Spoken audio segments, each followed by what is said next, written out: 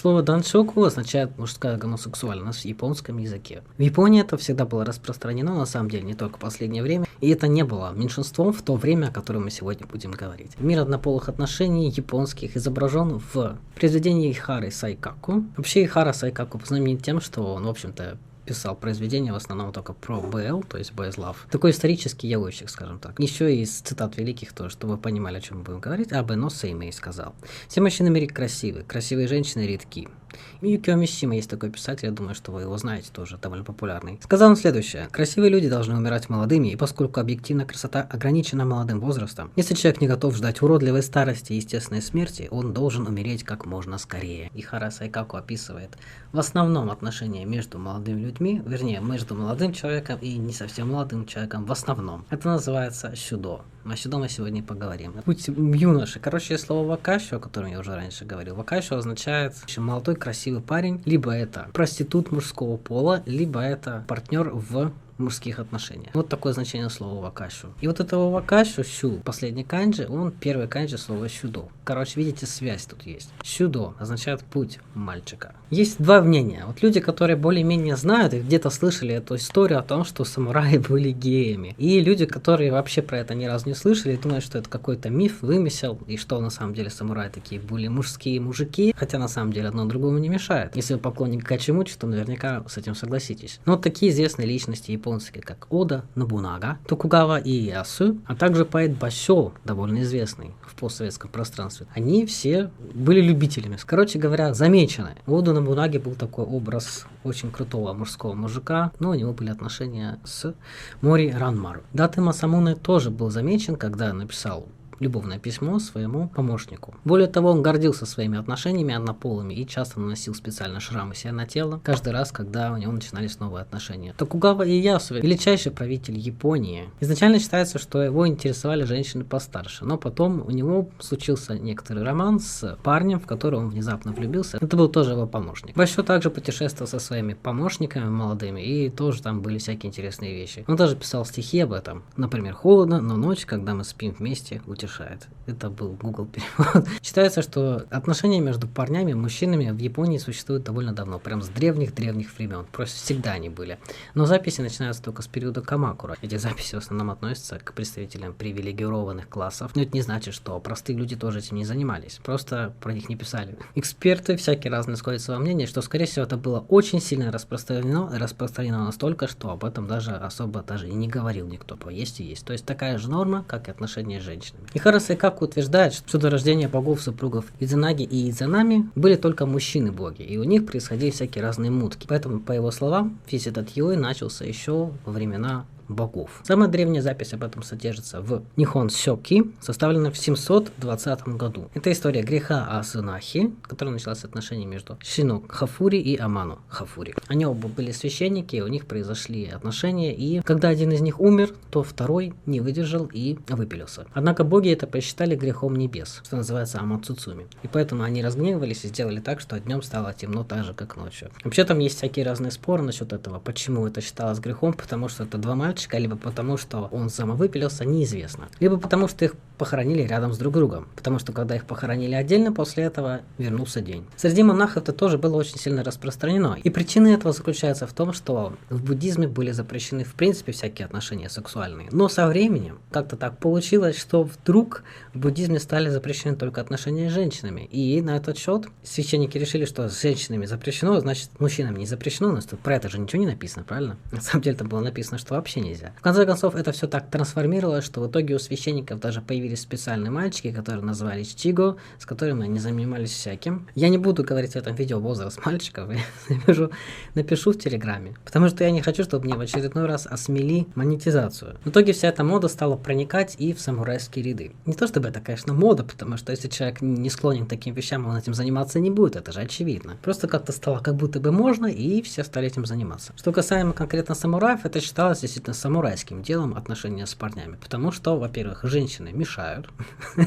по их мнению, и считалось, что отношения с парнем это как 3 раза отношения с женщиной. Плюс она считалась более духовной, эта связь. Возможно, сюдо у самураев также было распространено в связи с некоторым ритуалом повиновения. Ну, естественно, конечно, повлияло также то, что самураи были постоянно на всяких войнах, и поэтому они очень долгое время были вне своих семей, если у них были семьи. Поэтому, естественно, у них не было других вариантов, кроме как заниматься всякими делами с другими парнями. Говорят, что многие военачальники были убиты, когда они поддались чарам всяких шпионов, молодых парней из вражеских лагерей. Миссионер Франциск Савье, о котором я говорю, кстати, в видео про христианство в Японии, посмотрите его обязательно. Проповедник, имеется в виду христианство, конечно же, куда без него. Очень сильно переживал насчет того, что происходит некоторые содомии с его точки зрения. Он пытался объяснить японцам монотеизм, моногамию и все остальное, что их не интересовало на тот момент. Обычно люди смотрели на самураев, смотрели на священников в особенности и думали, что раз они это делают, значит нам тоже можно. И в эпоху Эдо тоже все это продолжилось и ничего не менялось, даже на самом деле увеличилось в какой-то степени, потому что эпоха Эдо это вообще такая очень яркая эпоха, в которой все было очень распространено, что ни возьми. Именно в период Эдо появились молодые актеры театра кабуки, которые занимались тем, что в свободное от постановок и игры в театре время занимались проституцией. В основном они занимались проституцией с мужчинами-клиентами, естественно, потому что на тот момент у мужчин были деньги в основном. Вы же понимаете, что это было давно, и у женщин в основном денег не было. Только, может быть, каких-то вдов и еще некоторых слоев населения. Мужчина-проститутка называется кагема. Они обычно жили в чайных, таких небольших чайных заведениях. Там они жили буквально как в общежитиях. Когда приходили клиенты, они могли заказать эту услугу. Дополнительная услуга была вот в виде такого. На самом деле это было очень дорого, это было гораздо дороже, чем заказать проститутку женщину. Итак, клиенты приходили от отчаяния в домик и сообщали служанке, что они хотят продолжить веселье в других местах, то есть пройти в комнату для сексуальных утех. Плата за услуги таких вот проституток была в 4 раза выше, чем обычных проституток женщин. Причина связана с тем, что у женщин-проституток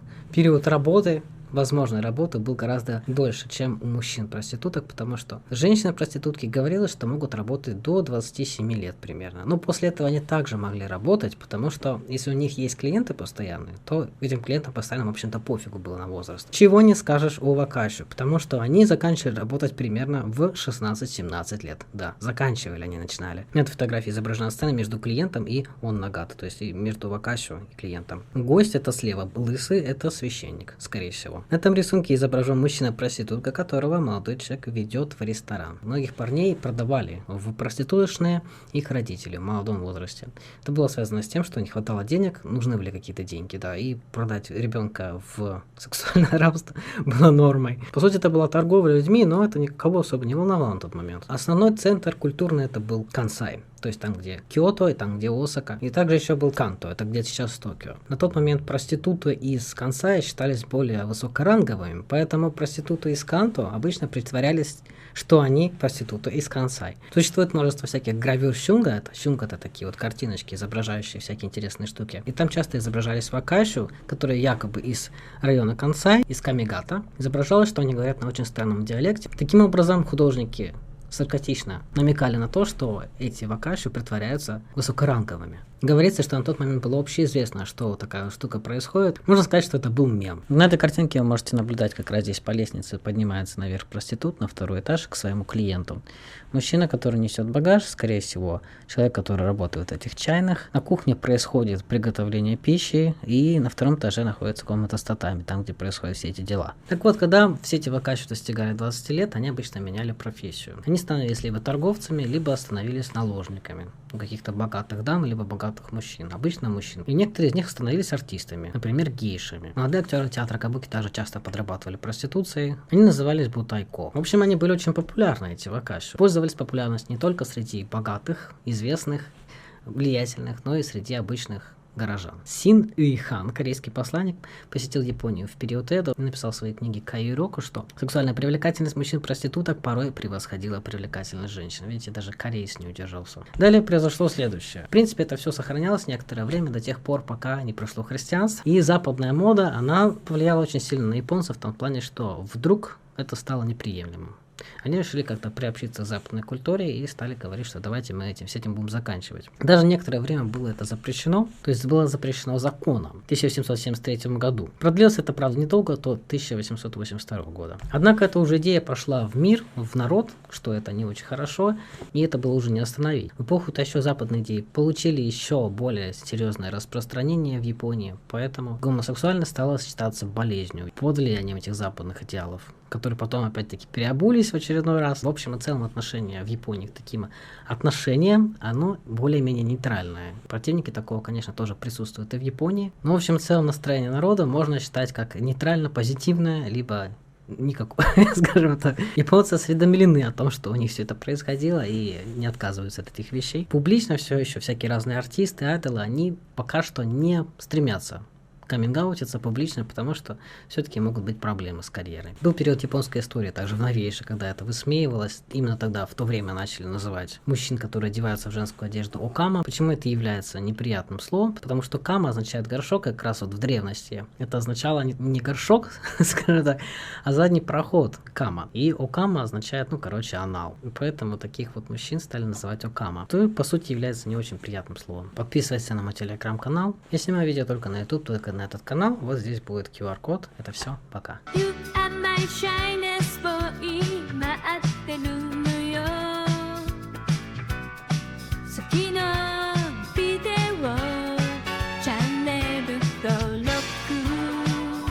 お願いします